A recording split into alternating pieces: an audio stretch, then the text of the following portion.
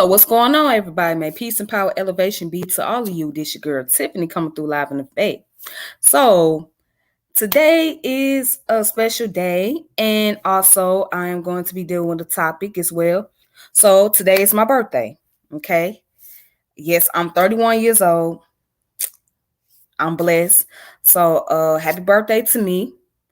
All right. And also I want to look at a legend, right? Who's also an ancestor. He was born on the exact same day as me. He was a revolutionary. So many of y'all know about him, and there's those who may not know who he is. So he was one of the chairmen of the Black Panther Party. Yes, that's Fred Hampton. Fred Hampton Sr. So that's who I'm going to be talking about today. Okay. So before I go any further, if you guys are on the YouTube channel, you can go ahead and subscribe and share this video. Hit the notification bell. If you are on Facebook, go ahead and share my video on Facebook. And if you guys want to support me, especially on this lovely day, I will go ahead and put up the cash out for you if you would like to support me. All right. So let's go ahead and get started.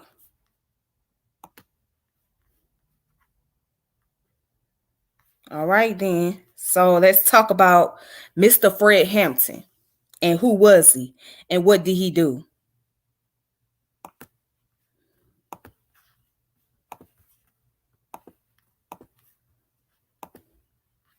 Okay. All right. So this gentleman right here named Fred Hampton, very powerful, very vocal, eloquent speaker, a fighter. But he lost his life at such a young age, at the tender age of 21. Now, if Mr. Hampton was alive today, he would be, I think he'll be 72 years old. Yes, he would have been 72 years old if he was alive. So, with that being said, we want to wish him a happy birthday. And we want to go ahead and honor his birthday just by looking at his history and his life from childhood all the way up to the time of his death. All right, let's go ahead and get started.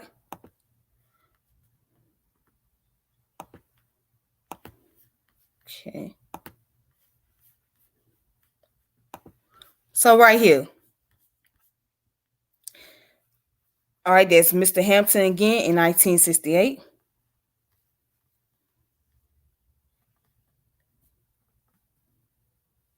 All right, so let's read right here. Frederick Allen Hampton, born August 30, 1948. Died on December 4th of 1969. Was an American activist and a revolutionary socialist. He came to prominence in Chicago as a chairman of the Illinois chapter of the Black Panther Party and deputy chairman of the National Black Panther Party. In this capacity, he founded the Rainbow Coalition, a prominent multicultural political organization that initially included the Black Panthers, Young Patriots, and the Young Lords, an alliance among major Chicago street gangs to help them in fighting and work for social changes. So all this time, I thought Jesse Jackson was the one that founded the Rainbow Coalition. I didn't know it was actually Fred Hampton that did this. So Fred Hampton didn't get the credit for the Rainbow Coalition, but Jesse was getting all the credit. But let's go ahead and continue and see what else we're going to find. In 1967, Hampton was identified by the Federal Bureau of Investigation as a radical threat. The FBI tried to subvert his activities in Chicago, sowing disinformation among Black progressive groups and placing a counterintelligence operative in the local Panthers. So yeah, the Panthers always had people following them everywhere they went.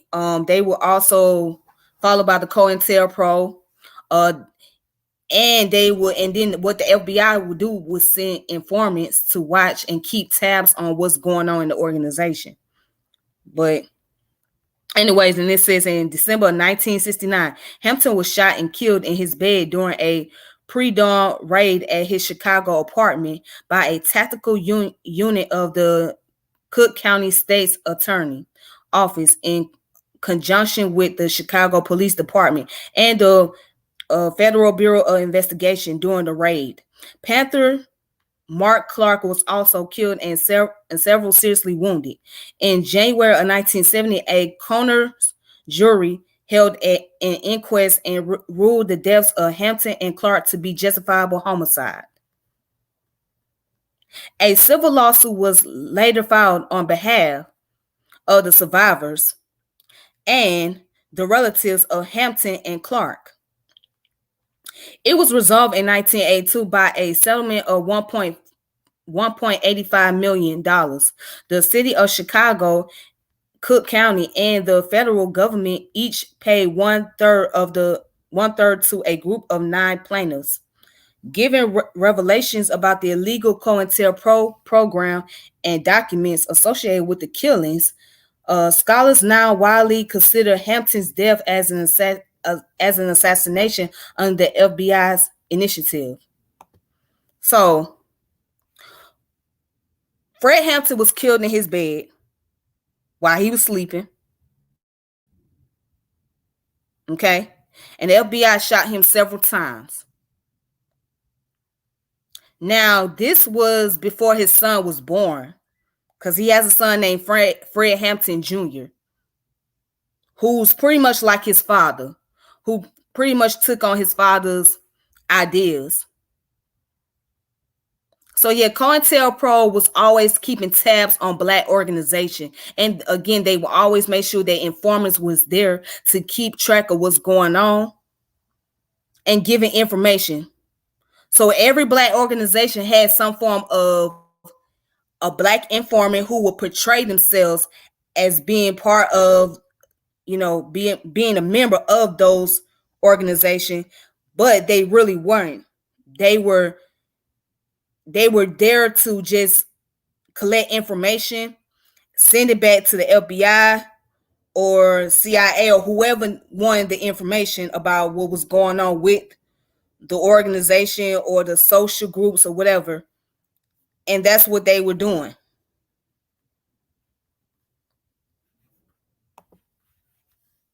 Now, let's look at his early life as a child coming up. So it says Hampton was born on August 30th, 1948 in present-day Summit, Illinois, and grew up in Maywood, both suburbs of Chicago. His parents had moved north from Louisiana as part of the Great Migration of African Americans in the early 20th century out of the South. They both worked at the Argo Starch Company. As a youth, Hampton was gifted both in the classroom and athletically, and dreamed of playing center field for the New York Yankees.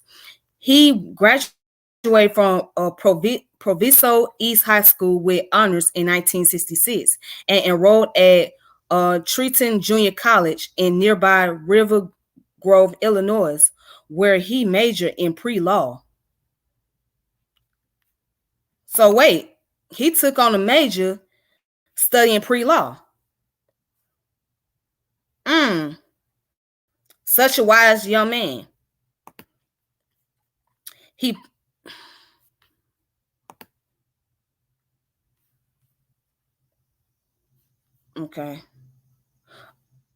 planned to become more familiar with the legal system to use it as a defense against police.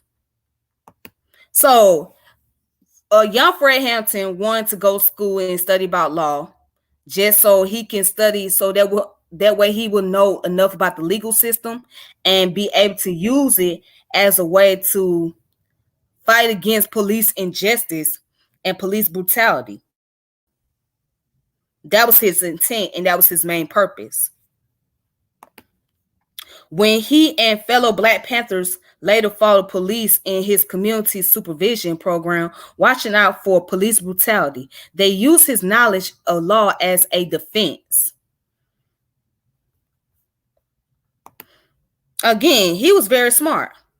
He was very wise, had a lot of intelligence and potential. Hampton became active in the National Association for the Advancement of Colored People and assumed leadership of its suburban branch youth council. In his capacity as an NAACP youth organizer, he began to demonstrate natural leadership abilities. From a community of 27,000, he was able to muster a young group 500 members strong. He worked to get more and better recreational facility established in the neighborhoods and to improve educational resources for Maywood's impoverished Black community. Through his involvement with the NAACP, Hampton hoped to achieve social change through community organizing and nonviolent activism. Okay. So let's go down here in Chicago. Where it says Chicago. About the same time that Hampton was successfully organizing young African Americans for NAACP, the Black Panther Party was rising to national prominence. Hampton was quickly attracted to the Black Panthers' approach, which was based on a 10-point program that integrated Black self-determination with class and economics critique from Maoism. Hampton joined the party and relocated to downtown Chicago. In November of 1968, he joined the party's Nascent, Illinois chapter, founded in the late 1967 by Bob Brown, a student nonviolent coordinating committee organizer. Okay, and then right here it says, we got to face some facts that the masses are poor, that the masses belong to what you call the lower class. And when I talk about the masses, I'm talking about the white masses, I'm talking about the Black masses, I'm talking about the brown masses, I'm talking about yellow masses too. We got to face the fact that some people say you fight fire best with fire, but we say you put fire out best with water. We say you don't fight racism with racism. We gonna fight racism with solidarity. We say you don't fight capitalism with no Black capitalism. You fight capitalism with socialism. Fred Hampton on solidarity. Okay, so that was his quote right here.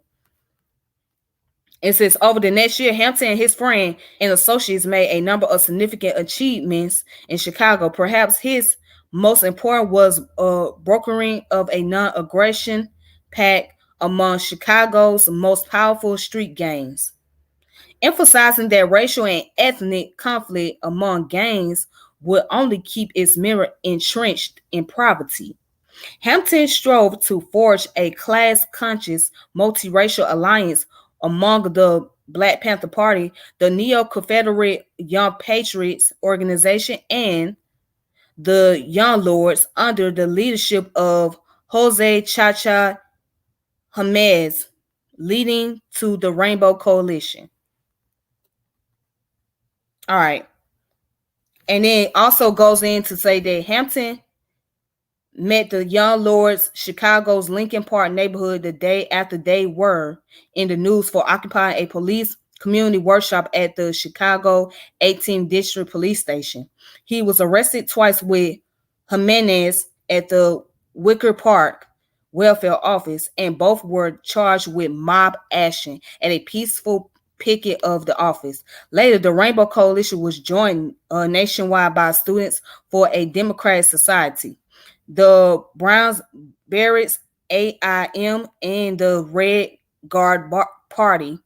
In May of 1969, Hampton called a press conference to announce that this Rainbow Coalition had formed. It was a phrase Hampton coined, and Jesse Jackson later popularized, eventually using the name for his own unrelated coalition, Rainbow/Push. All right. So again, Jesse Jackson did not found the Rainbow Coalition. It was Fred Hampton, but it became popularized by Jesse Jackson later on, and which had nothing to do with what Fred Hampton was trying to do and what his purpose was during that time period. All right. So then it says Hampton rose quickly in the Black Panthers based on his organizing skills, substantial authorial gift and personal charisma. Once he became leader of the Chicago chapter, he organized weekly rallies, worked closely with the Black Panther Party's locals, People's Clinic, taught political education classes every morning at 6 a.m., and launched a project for community supervision of the police. Hampton was also instrumental in the Black Panthers Party free breakfast program. When Bob Brown left the party with Stokely Carmichael in the FBI for minute SNCC slash Panthers split, Hampton assumed chairmanship of the Illinois State Black Panther Party. This automatically made him a National Black Panther Party deputy chairman.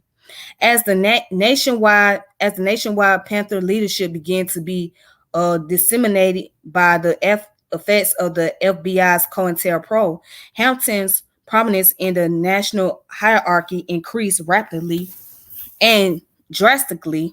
Eventually, he was in line to be appointed to the party's Central Committee's chief of staff. He would have achieved this position had he not been killed on December 4th of 1969. All right. So that's that story, and let's see what else. What else can we find? So let's look at this real quick. Let's just read these first two paragraphs right here, and then I'm gonna go ahead and play the video clip, a couple of clips from Fred Hampton where he was giving his speech. FBI investigation. Hampton's effective leadership and talented for communication marked him as a major threat to the FBI. It began keeping close tabs on his activities. Investigations have shown that FBI Chief J. Edgar Hoover was determined to prevent the formation of a cohesive Black movement in the United States. Hoover believed the Black Panthers, Young Patriot, Young Lords, and similar radicals coalition Hampton forged in Chicago were a stepping stone to the rise of a revolution that could threaten the U.S. government and society. The FBI opened a file on Hampton in 1967. It tapped Hampton's mother phone in February of 1968, and by May, placed Hampton on the Bureau Agitators Index as a key militant leader. In the late 1968, the Racial Matters Squad of the FBI's Chicago field office recruited William O'Neill to work with it. He had recently been arrested twice for interstate car theft and impersonating a federal officer. In exchange for having his felony charges dropped and a monthly stipend, O'Neill agreed to infiltrate the Black Panthers Party as a counterintelligence operative. Okay, so let's stop right there. Let's look up who William O'Neill was. Okay, so real quick.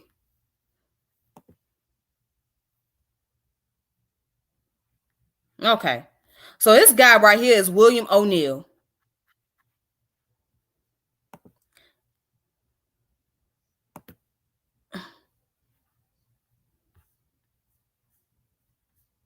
All right, so what did William O'Neill do and how he played his role in the death of Hampton?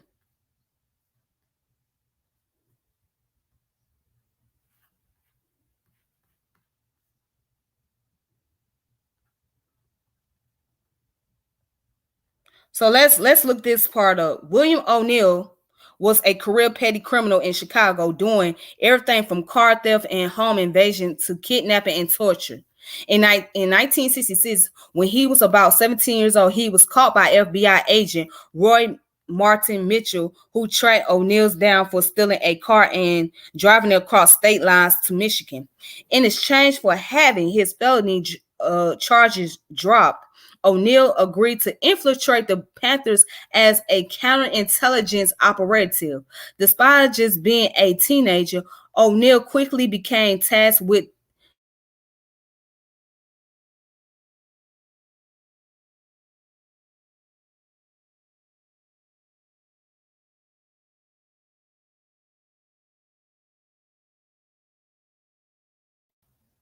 okay. So let me go back to what I was reading. Let me show y'all what I was reading. So I was stopping at William O'Neill. Okay.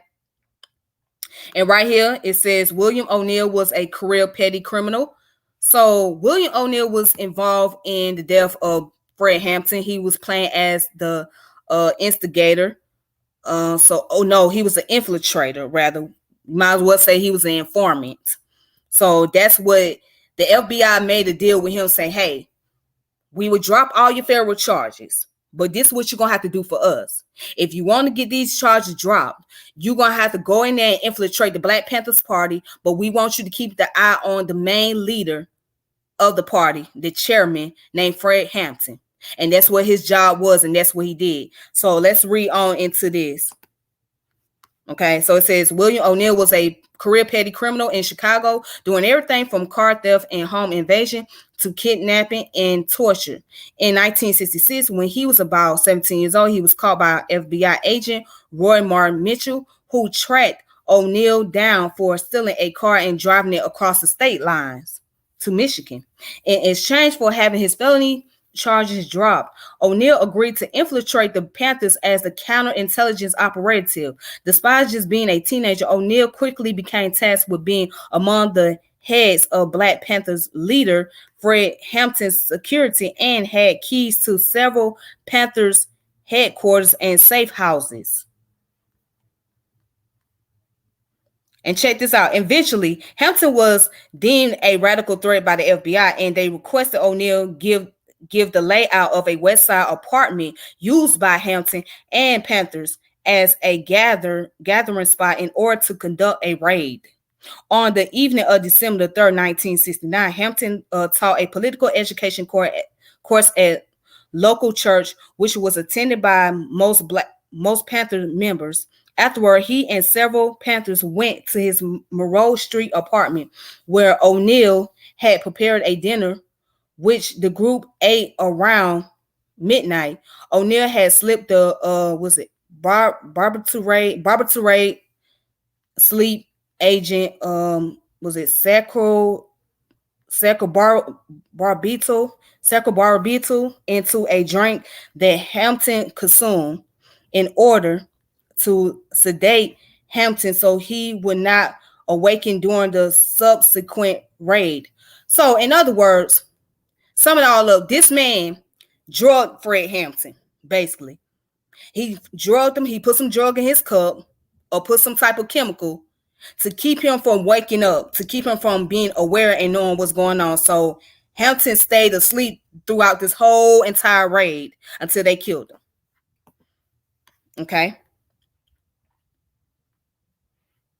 It says O'Neill left, and at about 1:30 a.m., December 4th, Hampton fell asleep while talking to his mother on the telephone. At 4 a.m., the heavily armed police team arrived at the apartment, and at 4:45 a.m. stormed inside. Mark Clark, sitting in the front room of the apartment with a shotgun in his lap on security duty, was shot in the chest and killed instantly. The rest of the apartment was cleared out, and witness heard two bangs, presumably the close range shots at the back of Hamilton's head that killed him. In January 1970, a coroner's jury held an inquest and ruled the deaths of Hampton and Clark to be justifiable homicide. All right, so that's a little bit background about William O'Neill. So basically, the FBI used this young teenage boy, 17 years old, a little hoodlum, as they would call him, right, who was known for petty crimes, who was known for hijacking cars and shit like that. They used him to go and infiltrate the Black Panthers, and what his job was to go into the homes, right, have a dinner table with Fred Hampton, put some type of drug or chemical in his cup that'll make him fall asleep for a long period of time so he won't be awakened.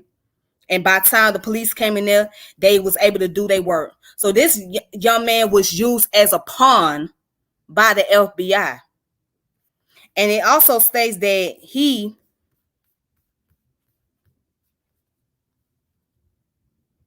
let's see. What year did he? It says that he died on January 15 1990 at the age of 40 in Chicago, Illinois.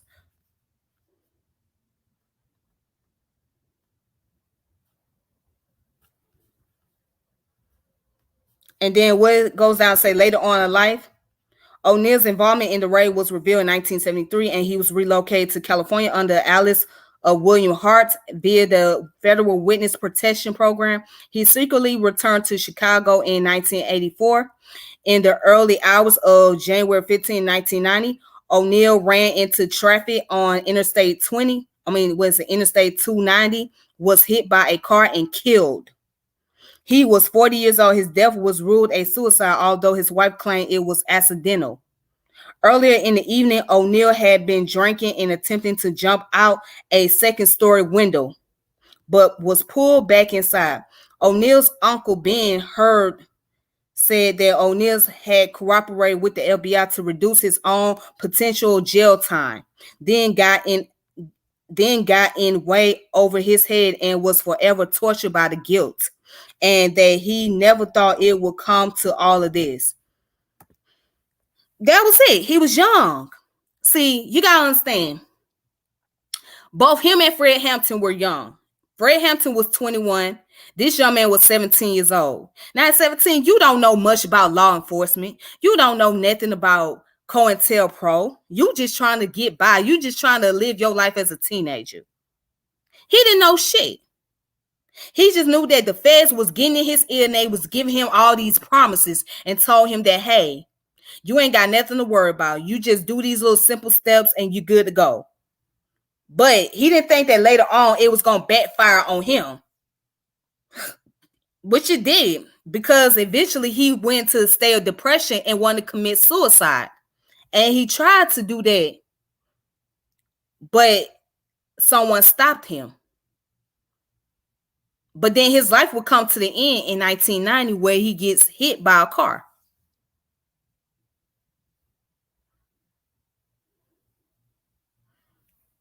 It would come to the end in 1990. But throughout his whole life, it will follow him. Even he had to go through the witness protection program just so he won't get killed.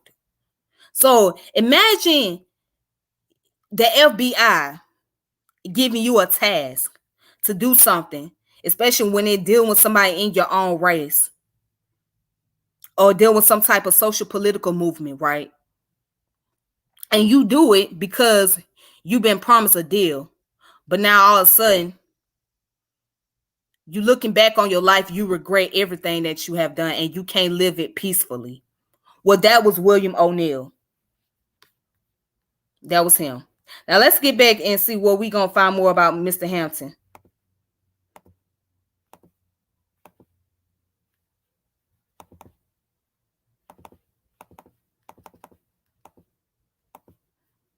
Okay. Hold on. I'm trying to get back. Okay, let's see what else we going to find.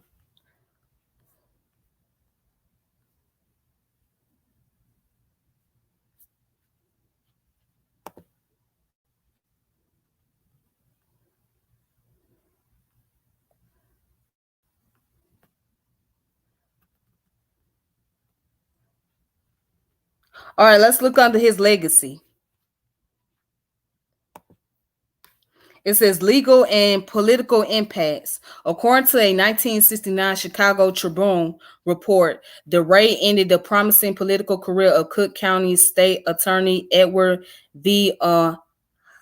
Hanrahan, who was indicted but cleared with 13 other law enforcement agents on charges of obstructing justice.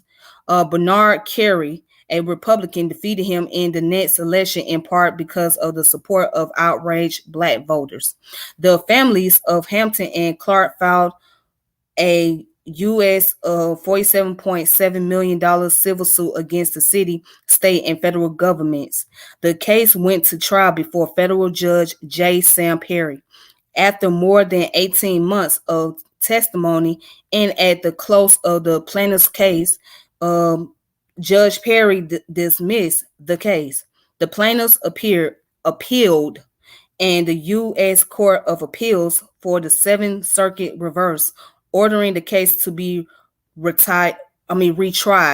More than a decade after the case had been filed, the suit was finally settled for $1.85 million. The two families each share in the settlement. Okay. And then it says Jeffrey has, who together with his law partners, G. Flint Taylor and Dennis Cunningham and attorney James D. Montgomery, were the attorneys for the plaintiffs in the federal suit Hampton versus Hanrahan. Hanrahan wrote a book about these events. He said that Chicago was worse off without Hampton. And goes on. Of course, there's also the legacy that without a young leader, I think the West Side of Chicago degenerated a lot into drugs. Without leaders like Fred Hampton, I think the gangs and drugs became more prevalent on the West Side. He was an alternative to that. He talked about serving the community, talked about breakfast programs, educating the people, community control of police. So I think that's ultimately another legacy of Fred Hampton's murder. Okay. So let's look down where it says monuments and streets. A public pool was named in his honor in his hometown of Maywood, Illinois in March of 2006. Supporters of Hampton's charity work proposed the naming of Chicago Street in honor of the former Black Panther leader. Chicago chapter of the Fraternal Order of Police opposed this effort. On Saturday, September 7, 2007, a bust of Hampton was erected outside the Fred Hampton Family Aquatic Center.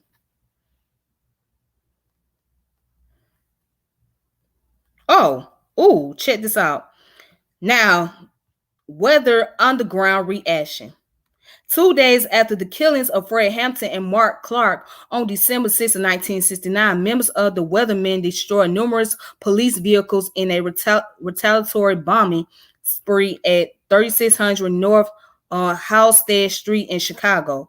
Following this, the group became increasingly ultra-radicalized. On May 21st, 1970, the group issued a declaration of war against the United States government and used for the first time its new name, the Weather Underground Organization. They adopted fake identities and decided to pursue covert activities only. These initially included preparation for a bombing of a U.S. military non-commissioned officers dance at Fort Dix, New Jersey, and what Brian Flanagan said had been intended to be the most horrific hit the United States government had ever suffered on its territory. It says, we know that our job is to lead white kids into armed revolution. Kids know the lines are drawn. Revolution is touching all of our lives. Tens of thousands have learned that protests and marches don't do it. Revolutionary violence is the only way. Bernardine Dorn. All right, so there's been movies. There's one documentary called The Death of a Black Panther, Fred Hampton story. And there's a new movie that just came out. It's called Judas and the Black Messiah. All right, and it's an upcoming film about Hampton's life, and starts with Daniel Kaluuya and what's the other brother's name? Lakeith, somebody, I forgot his name just that fast. But anyway,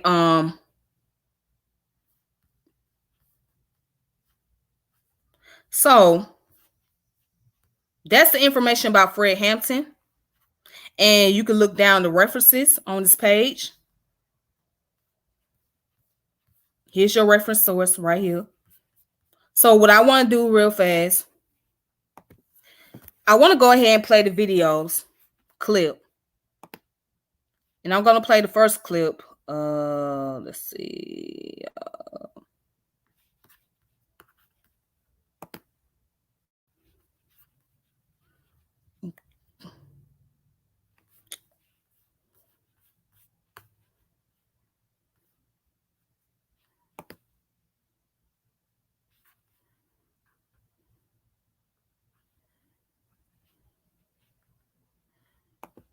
reason stands, reason is very clear here, that Private Jones, who had come from Sanford,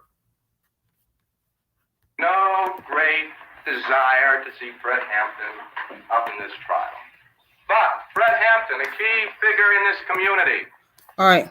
Let me start that from the beginning. You are here to judge between two conflicting testimonies. Somebody is lying. Now, reason stands, reason is very clear here, that Private Jones, who had come from Sanford, North Carolina, would have no great desire to see Fred Hampton up in this trial. But Fred Hampton, a key figure in this community, has great reason for not wanting to be put in jail. But the state's attorney and the state's attorney's office has reasons to see Fred Hampton in jail. We've got a new state's attorney, you see. And he said already what he thought about people that had different political beliefs than he had. His speeches sound somewhat like those of Hitler. And we know why he wants to see Fred Hampton put in jail. Why do I have a lot of arrests? Because of harassment. Why is that harassment? Because the people that harass me have set up a problem that made me disagree with them violently, and they set up this problem in order to exploit me and other people like me. And why they want to get rid of me? Because I'm saying something that might wake up some other exploited people and some other oppressed people, and if all these people ever get together, then these pigs that are exploiting us, we'll be able to run them into the lake. That's why they want to get rid of us. And it's just, it's sort of like a primary thing with me. I'm the first move that they'll make. I'm a part of the organization. It will be the first organization they'll move on, because I happen to be a part of the organization, the Black Panther Party. That is the only organization, in fact, that has came out and stood up loud and clear and said that we don't care what anybody says, whether they have guns or not, and badges or 18 uniforms. If whenever they step outside the bounds of legality into the bounds of illegality, then we'll blow their brains out if they bother the people. And what makes them mad about that? They're constantly bothering the people. Anybody that's out there for the protection of the people happens to be in direct conflict with them. What makes them mad about it? What makes them mad about it is that they have black people and white poor people and red poor people and Puerto Rican poor people and Latin American Puerto Rican people of poor people of all descent. They had them caught up in movements based on racism when the Black Panther Party stood up and said that we don't care what anybody says. We don't think you fight fire with fire vests. We think you fight fire with water vests. We're going to fight racism, not with racism, but we're going to fight with solidarity. We said we're not going to fight capitalism with black capitalism, but we're going to fight with socialism. We stood up and said we're not going to fight reactionary pigs and reactionary state's attorneys like this and reactionary state's attorneys like Hanrahan with any other reactions on our part. We're going to fight their reaction with all of us people to get together and have an international proletarian revolution. Right on. And that's saying all power to the people. That's saying that no matter what color you are, you're just only two classes. And that's saying there's a class over here and there's a class over there. And the reason that this class over here has never did anything to get this class off its back, because this is lower, this is upper. This is the oppressed, this is the oppressor.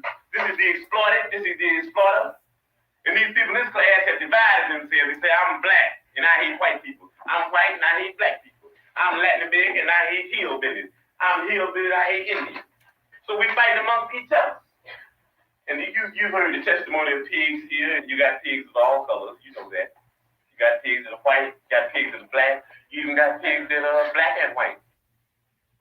Propagating the same type of madness that this buffoon Hanrahan would be propagating if he were here himself. And why? Because they want to keep you to believing that I'm your enemy, and that everybody else that's black and that wears a lot of hair on his head and hair on his face, they want to keep you thinking he's your enemy. Why? Because if ever you would disregard him and overlook him just for a minute and throw away that question of racism and start dealing with a little logic, then there would be no one else you could attack other than Hanrahan, other than Davy, and other than Tricky Dicky Nixon. If you make the right decision, then the oppressed people of the world will get complete satisfaction. I know you return a verdict of not guilty. Thank you. Okay.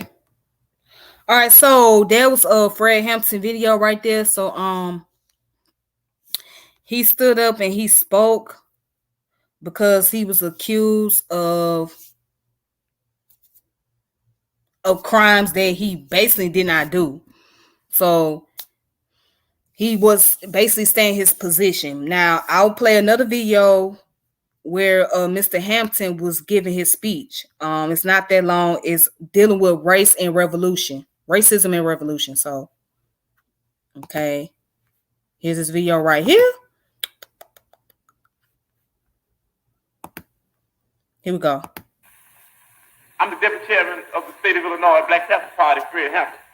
And a lot of people don't understand excuse me. Black Panther Party's relationship with white mother country radicals. A lot of people don't even understand that word that they're using a lot. But what we're saying is that there are white people in the mother country that are for the same type of things that we are for stimulating revolution in the mother country. And we said that we'll work with anybody, form coalition with anybody that has revolution on their mind. We're not a racist organization because we understand that racism is an excuse used for capitalism. And we know that racism is just a byproduct of capitalism. Everything would be all right if everything was put back in the hands of the people. And we're going to have to put it back in the hands of the people. Everybody in the state of Illinois is going to have to be involved or even around the revolution because we're going to have one. We're going to have to do more than talk. We're going to have to do more than listen. We're going to even have to do more than learn. We're going to have to start practicing, and that's very hard. We're going to have to start learning, and you learn through practice. We got to start making mistakes, and you learn through making mistakes. We got to start getting out there with the people.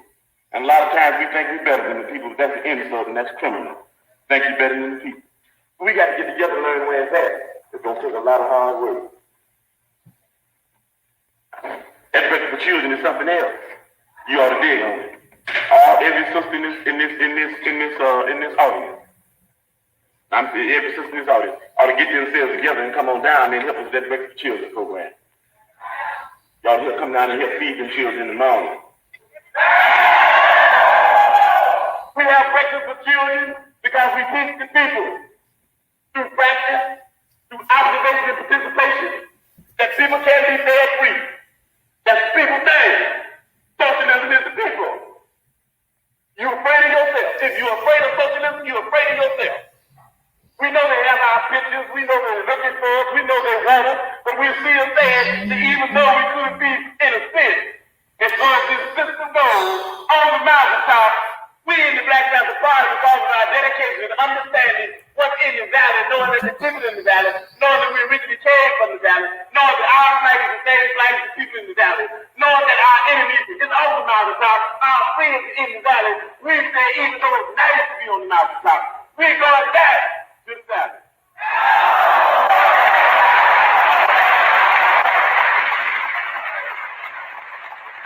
I be in the office every day. I be in the streets propagandizing every day. I be working with everybody every day. I be teaching that solidarity is the thing. The end of a complete wipeout of imperialism is the thing. So if you're going to be thinking about me, that's what Bobby would be teaching. If you're going to be thinking about us, all we say is ain't no thing about going nowhere, getting killed.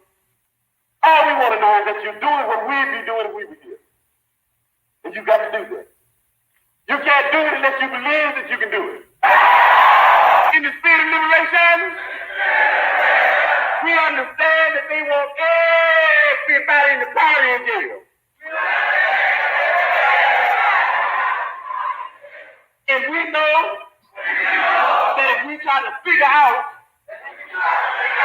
and separate and decide who should go and who shouldn't go, we spend more time doing that than working for the people. So the quick solution, speedy one, nobody go. Nobody go. We all stay right here. With the people. Because we love the people. Okay, you put your hands down now. We say all power to all people. We say white power to white people. Brown power to brown people. Yellow power to yellow people. Black power to black people. X power to those that we left out. We say Panther Power is the Vanguard Party. When you leave here saying the last word before you go to bed tonight, I am a revolutionary. Make that the last word. In case you don't wake up, then somebody might believe it and you might, end up in what they call a revolutionary happy hunting ground. Say that. I am a revolutionary. Say it when you're going out. Everybody, okay, we're going to say it while we're going out. Hey, we're going to start a thing called Free Fred. Don't that sound nice? Hey, let's do that. Free Fred. Free Fred. Free Fred. Free Fred. Hey, I ain't even in jail yet.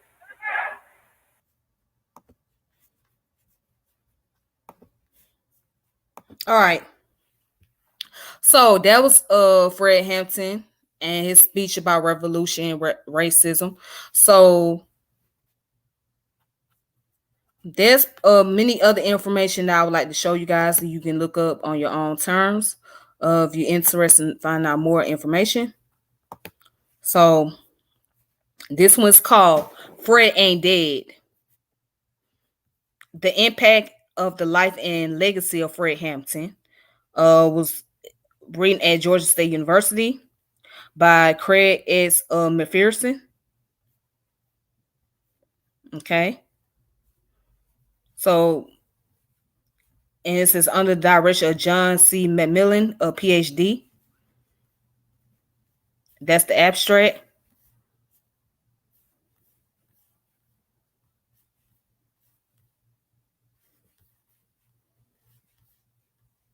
All right, so let's read the introduction real fast.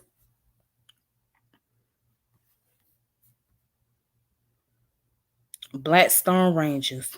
All right, so here's the introduction. Right here it says Hampton grew up in a time when racism was a major factor in many lives. Let me load it up. Okay, it says Hampton grew up in a time when racism was a major factor in many people's lives. How a person responded to the racism they encountered could often shape the direction of their life. In the mid-1900s, African American had a hard experience to endure, and Hampton showed a fiery personality willing to take on injustice if it was to be overcome. He was not a singular voice crying in the wilderness of racial despair, but a voice that was determined to be heard. His personal drive and motivation does not seem to have been selfish, but rather centered around his desire to help improve the lives of situation of those around him. All right. Then it goes on to say, in the 1960s, many Black Americans were already speaking out for civil rights. Many of these Blacks had already become established leaders in the Black communities and were well known for addressing the problems that plagued their fellow Black people by speaking out with ideas and suggesting about what could be done to improve the plight of Blacks in America. In an examination of the civil rights era, why might Fred Hampton be significant when there were already Dr. Martin Luther King Jr., Malcolm X, and other prominent leaders? What could be the significance of this 21-year-old in the context of civil rights movement? Is Fred Hampton someone worth mentioning alongside the great leaders of the era? Or he was just lucky enough to have worked alongside great leaders like Dr. King and Andrew Young at the right moment that led him to gain collateral attention from the media and the authorities. Is there enough evidence to list the name of Fred Hampton as one of the civil rights leaders worth remembering? Scholars often mention his infamous murder and the cover-up that followed, yet if this 21-year-old could gain so much attention from J. Edgar Hoover, the FBI, and the CPD, does he not deserve mention for more than just his murder? What about his achievement in life that led him to be targeted by FBI and CPD? Did his activism, community work, charisma, diplomacy, and leadership leave enough of an impact to remember him along with many of the leaders that influenced him? So that's the introduction. So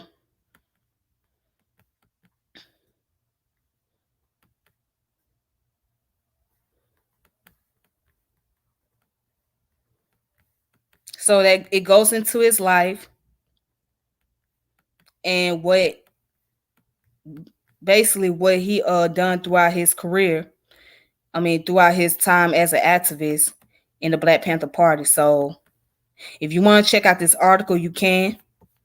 It's called Fred Ain't Dead, The Impact of the Life and Legacy of Fred Hampton by Craig S. McPherson, scholars at work at Georgia State University, Department of History, right there.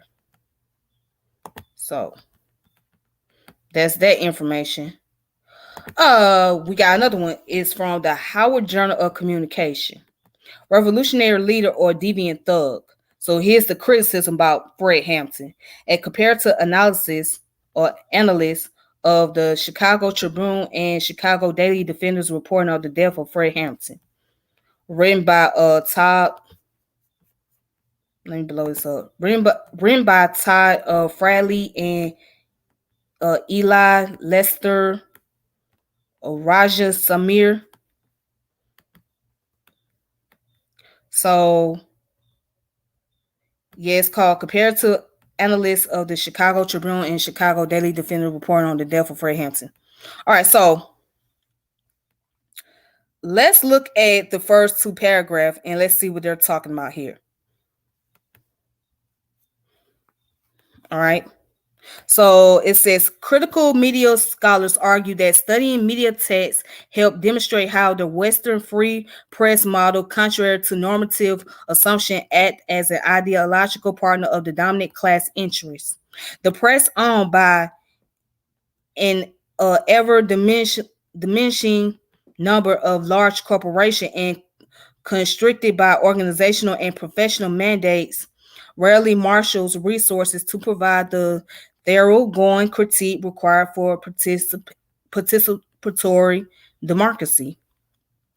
Studies of news content tend to confirm that the U.S. news content has diminished in terms of diversity. It has been suggested that the inability of researchers to make those casual connections is due to theoretical or methodological issues. We concur, but also suggests that the field of journalism and mass communication studies in the United States has also been remiss in its willingness to fully embrace the European and United Kingdom research approach.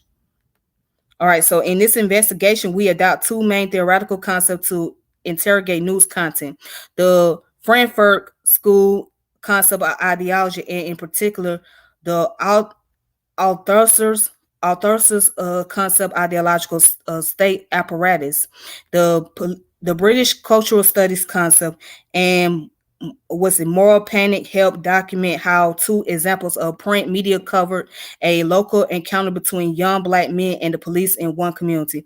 By reconceptualizing the press as an ideological state apparatus and using the concept of moral panic, we add dimensions that may more forcefully illustrate links between media content and lived experience. As Kellner argued, although both the Frankfurt School ideological state apparatus and British cultural studies moral panic contains problematic formulation, they offer a politically engaged way in which to ask questions about media with the context of contemporary social formation. All right, so I'm not going to go any further on that article, but the article is dealing with context of how media portray people and propaganda. Basically, that's what it's really going into. So I guess in one sense, one article portrayed Fred Hampton as a revolutionary leader, and another article portrayed him as a deviant thug. But see, before I go any further, if you want to look up more information, Todd Fradley, Eli Lester, Rajan Zamir, Grady College of Journalism and Mass Communication, University of Georgia, Athens, Georgia, United States. All right. Let me see, what year was this written? It was written in 2004. So you can go look this up on your own term on the Howard Journal of Communication. All right. Right here, revolutionary leader or deviant thug, a comparative analyst of the Chicago Tribune or Chicago Daily Defenders reporting on the death of Fred Hampton. All right. So anyways, That's all for today. Let's talk real quick about media. Now, when it comes to mass media, especially whether it be newspaper articles or like a news network or something, it depends on the political party they being represented by, for one, and two, who's behind these editorials, or who's behind the editorials, and who's writing out the transcripts. Okay, so if you know, it's sometime in the media they portray, when it comes to African American, they portray the image of African American as being some form of putting us in a deviant context, putting us under the social stigma. Like, you rarely hear anything positive about blacks in the media outlets, right? Rarely. Not saying that it doesn't happen, but it's just not very common. You will hear more so about crimes, because that's the social stigma that has been created. And we're not sitting here saying that crime doesn't take place in our community, because it does.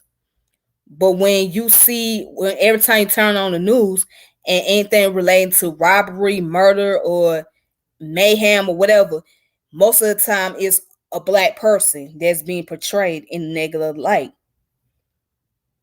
All right. So you gotta be careful with newspaper articles too, and media news what you call it? The news outlet. Yeah, you gotta be careful with those, because they tend to, bring out the propaganda or use what we call the clickbait. The clickbait is word that triggers, that gets people's attention. And then some do what's called yellow journalism, which is basically clickbait, but basically they take a little piece of the article, or a little piece of the situation, and to make it as a central topic, when it's not really the main focus. That's not really what the topic is, but because it's to grab the reader's attention and grab the viewer's attention, they have to put a topic out there that's going to bring about some kind of controversy, bringing some kind of propaganda. And that's how they get paid. Because if you don't use clickbait words, or if you don't bring some form of propaganda, then you're not going to really capture the attention from the viewing audience or the reading audience, and therefore you're not getting paid for it, or eventually your business is going to run out. And so that's what a lot of these media outlets are doing. So once you get into the understanding of propaganda, it'll start making sense. But not all things are just 100% lies either. You know what I'm saying? You just have to be very careful what you read and what you're listening to. You'll have to look into more detail about Edward Bernays. Edward Bernays, there's a documentary called The Century of Self. Edward Bernays was considered as the father of propaganda. And his uncle was Seymour Fry. Seymour Fry was his uncle. Yes, the early psychologist or psychoanalyst. Yeah, that was his uncle. So because of his uncle influence, it influenced him to start the whole commercial advertisement, public relation concept. And what we know today is propaganda. So now the way to understand propaganda means that half truth, half lie. That's how you can understand propaganda in the more simplest context, in the more colloquial term, in layman terms. Half truth blended in with half of the lie. That's all it is. But anyways, I want to also speak on the activisms. People don't understand, when you're an activist, right? There's so many things that you have to deal with, the challenges that comes along with it. And it's not just a challenge of dealing with just law enforcement. Okay, but also dealing with those in your communities and those within your circle who's supposed to have your best interests at heart. Now, some people may join an organization for various reasons. Some may be in it because they really sincere about doing community work or philanthropy work. And then there are those who are in it only because they want to earn a status and try to gain a mainstream recognition.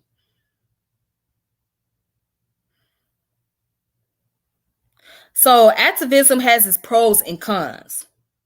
The pro is you're doing the humanitarian work, but the con is you have those who are infiltrators. There are those who are there are those who are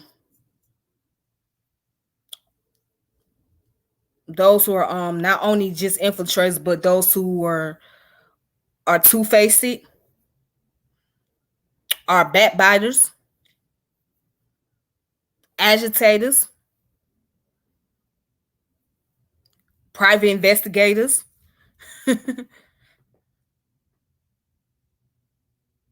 con artists. It's a lot that goes into this. Now, as of today, there are still social movements out there that still continues to do the work, but it's not so many people that's active on a larger number as it was back in the day. Only because of what's currently taking place as of right now, and because many feel like it's not going to bring about any changes. So some people most feel like, well, what's the purpose of joining some type of social movement if there's no changes that's going to take place? It's not conducive to our community. It's not bringing any type of production. It's not expanding. So what's the purpose? And that's the attitudes of many of today's society.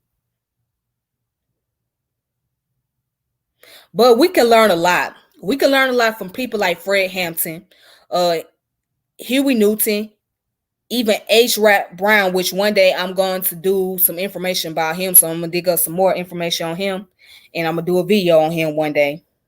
And many other social activists out there. We can learn so much from them. We can learn the good and the bad and what's beneficial and what is not so beneficial, and what to do and what not to do. So history is always important because it plays into our present day situation. Okay. And your present is what determines your future. So always remember Sankofa. So let's look up the word Sankofa real quick.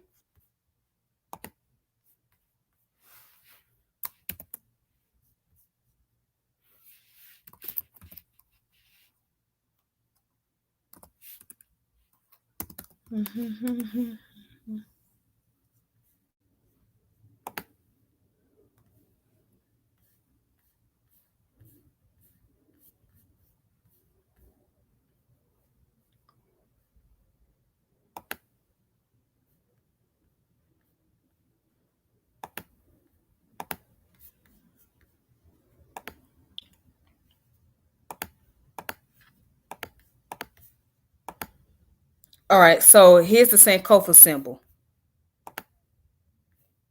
Now, this symbol right here means to go back and learn one's history. It's a African Adinkra symbol that was used in Ghana. Okay, there we go. All righty. So, with that being said, thank you guys for tuning in. And I appreciate the love. And if you want to support what I'm doing, there's my Cash App information if you would like to support. And if you think the contents are great or it's good, then go ahead and support that. It's $ Tip World. But other than that, I thank you guys for tuning in. I thank you guys for watching. And I hope you all have a wonderful day. And I am going to enjoy this beautiful birthday of mine. And I'm also going to commemorate this ancestor Fred Hampton. So thank you all so much. And until next time, a peace and power elevation be to all of you. Please be safe out there. Be careful. And we will reconnect on some more daily information. All right. And maybe I'll come on later on. It depends. I don't know. But anyways, y'all take it easy. All right. Deuces.